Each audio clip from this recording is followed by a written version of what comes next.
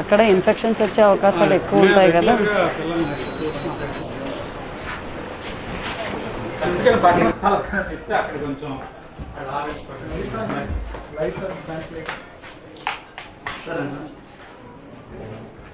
Next కొట్టించాం madam, అదివరకు కూడా pot చేస్తే మళ్ళీ మొన్ననే ఒక 70,000 దాకా నెక్స్ట్ కొట్టించాము మొత్తం రూమ్స్ అన్ని. ఒక రూమ్లో ఎంతమంది ఉంటారు? ఇంకో రూమ్ నెక్స్ట్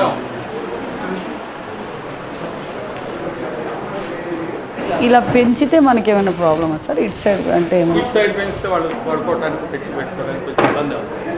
ఇదివరకు ఇది slow slow slow slow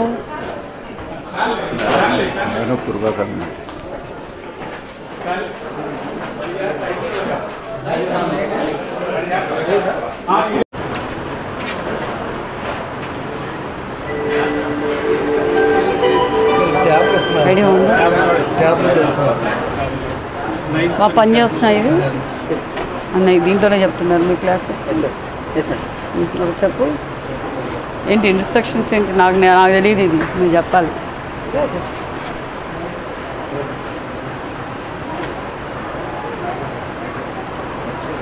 classes రాస్తారు సార్స్, లెసన్ చెప్పేటప్పుడు ఇక్కడ రాస్తారు.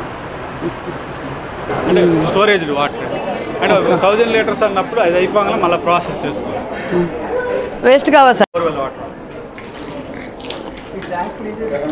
క్లీన్ చేసి రెగ్యులర్గా వాష్ చేసి. వాటర్ ప్రాబ్లం ఏం లేదండి? వాటర్ పర్లేదు మేడం, అంటే borewell water plus municipal water.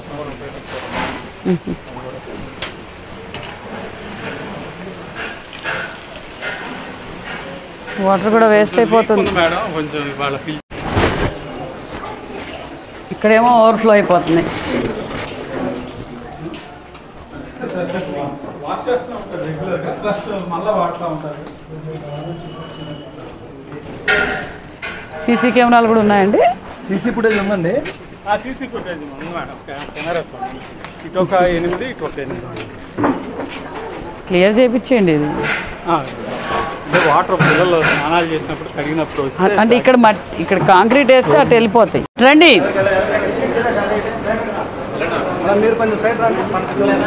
పిల్లలు రండి. ఏంటి ఎలా ఉన్నారు? ఏం చదువుతున్నావు నువ్వు? 6th క్లాసులని బాగా అటెండ్ అవుతున్నావు? ఎంత వచ్చింది పర్సెంటేజ్? ఎన్ని లెసన్స్ అయిపోయాయి?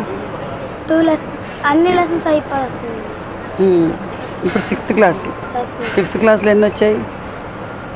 ముందు కూడా ఇక్కడే చదివావా? 5th క్లాస్లో. అలా ఉంది మీకు హాస్టల్ అంతా?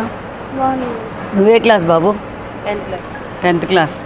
మరి బాగా చదవాలి మరి 10th క్లాస్ అంటే. లాస్ట్ ఇయర్ మనకి 70 మెంబర్స్ అటెండ్ అయ్యారు. 70 పాస్ అయ్యారు. ప్రైవేట్ టు హైయెస్ట్ మార్క్స్ 560 పైన వచ్చిన వాళ్ళు ఒక 20 మంది ఉంటారు. ఓకే అంతా బాగా జరుగుతున్నాయి కదా క్లాసెస్?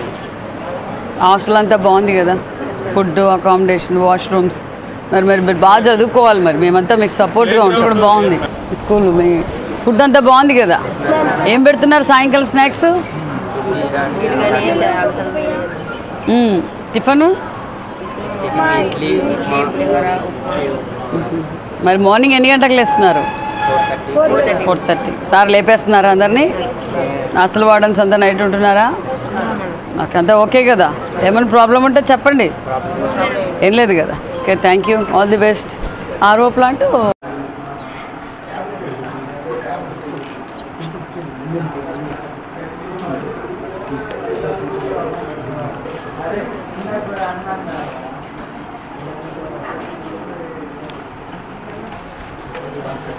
డేట్ ఎంత ఈరోజు?